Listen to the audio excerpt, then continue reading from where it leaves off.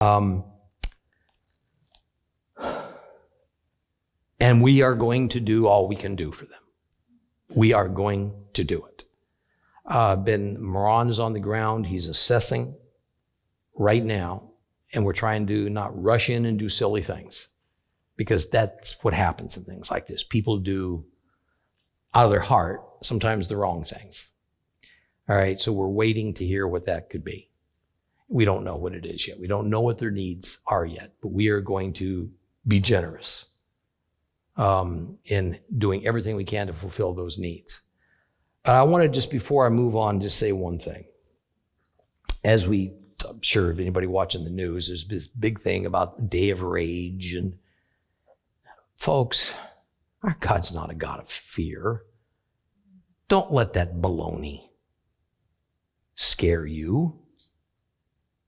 That's what the enemy wants. All right.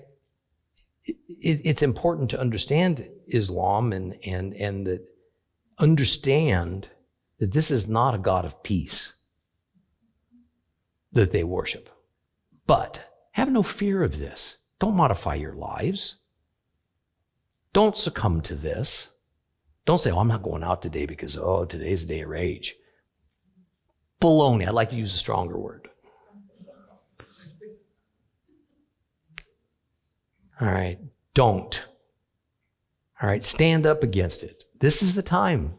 This is the time for standing up. This is not the time for shrinking back. All right. And also stand up for what you know is the truth, because we have a very confused church who doesn't even know how to respond to this. They have no idea. They're so divided about who to stand for. Should they be with the Palestinians? Should they be with the Israelis? It's true. All right. But you know the answer to this. So stay with that. Count on it and be willing to stand up and speak. Don't be silent. How are they going to learn?